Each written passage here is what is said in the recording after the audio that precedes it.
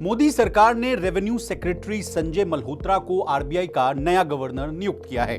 यानी संजय मल्होत्रा आरबीआई के 26वें गवर्नर होंगे और मौजूदा गवर्नर शक्तिकांत दास की जगह लेंगे। अब देश के सबसे बड़े बैंक को चलाने वाले संजय मल्होत्रा कौन हैं, कितने पढ़े लिखे हैं, किन मामलों के एक्सपर्ट हैं, आईएएस है या आईआरएस? क्या संजय मल्होत्रा को पीएम नरेंद्र मोदी के पसंदीदा अफसरों में गिने जाने की वजह से यह गद्दी मिली है? इसके अलावा नए आरबीआई गवर्नर के सामने कौन कौन सी नई चुनौतियां होंगी, बताएंगे सब कुछ आज के इस डिटेल्ड रिपोर्ट में। नमस्कार, आप देख रहे हैं मनी 9 और मैं हूं आपके साथ विशाल शर्मा। सबसे पहले कौन है संजय मल्होत्रा, इससे कहानी की शुरुआत करते हैं। संजय मल्होत्रा 1990 बैच के राजस्थान कैडर के आईएएस अधिकारी हैं। नवंबर 2020 में आरईसी यानी रूरल इलेक्ट्रिफिकेशन कॉर्पोरेशन के चेयरमैन और एमडी बने थे।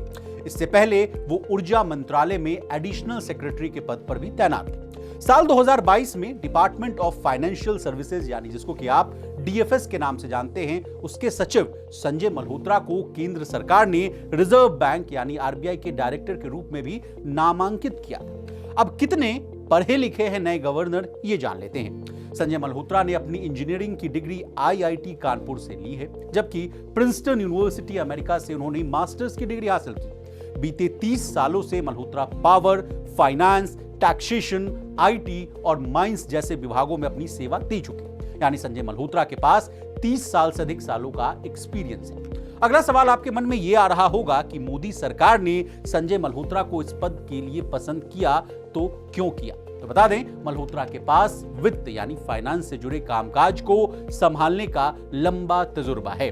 रिजर्व बैंक का कामकाज सेंट्रल बोर्ड ऑफ डायरेक्टर्स देखते हैं। मल्होत्रा के पास इसका भी अनुभव है यानी एक्सपीरियंस है। वो काफी समय से रेवेन्यू सेक्रेटरी का पद भी संभाल रहे थे। उनके काम करने के तरीके को पीएम नरेंद्र मोदी भी काफी पसंद करते हैं। यही वजह है कि मल्होत्रा अब आरबीआई गवर्नर के पद पर नियुक्त हुए हैं। बता दें, मल्होत्रा 11 दिसंबर यानी कल आरबीआई गवर्नर का पद संभालेंगे। उनका ये कार्यकाल है यानी जो टेन्योर है वो 3 साल का होगा। वो भारतीय रिजर्व बैंक के 26वें गवर्नर के रूप में कार्य संभालेंगे। अब नए गवर्नर साहब के सामने कौन कौन सी नई चुनौतियां हैं, इसको आसान भाषा में समझाने की आपको कोशिश करते हैं। मल्होत्रा ऐसे समय में आरबीआई गवर्नर बनेंगे जब केंद्रीय बैंक के सामने चुनौतियों की भरमार है। आरबीआई पर ब्याज दरों में कटौती का दबाव है, क्योंकि जीडीपी ग्रोथ सितंबर तिमाही में 7 तिमाही के निचले स्तर यानी 5.4% पर आ गई है।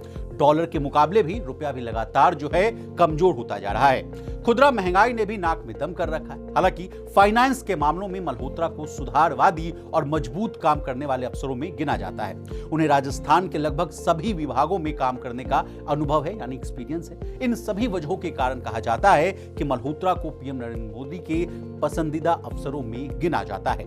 इसके अलावा संजय मल्होत्रा के बारे में यह बात भी मशहूर है कि वो किसी भी मुद्दे पर काम करने से पहले उस पर जमकर रिसर्च करते हैं। वे पार्क में घूमते और वॉक करते समय भी इंटरनेट से कुछ ना कुछ खंगालते, सुनते और देखते रहते हैं। जब सीएम के सामने कोई प्रेजेंटेशन देते हैं तो उस पर रिसर्च के हवाले से ही दिया करते थे। ऐसे में उनकी बात और विचार का गहरा असर हर मीटिंग में देखा जाता था। अब हमने आपको आरबीआई के नए गवर्नर के बारे में तमाम जानकारियां दे दी। आपको हमारी ये डिटेल रिपोर्ट कैसे लगी, कमेंट कर जरूर बताइएगा। इसी तरह बिजनेस जगत से जुड़ी तमाम ताजा तरीन खबरों के लिए बने रहिए हमारे साथ और देखते रहिए मनी 9।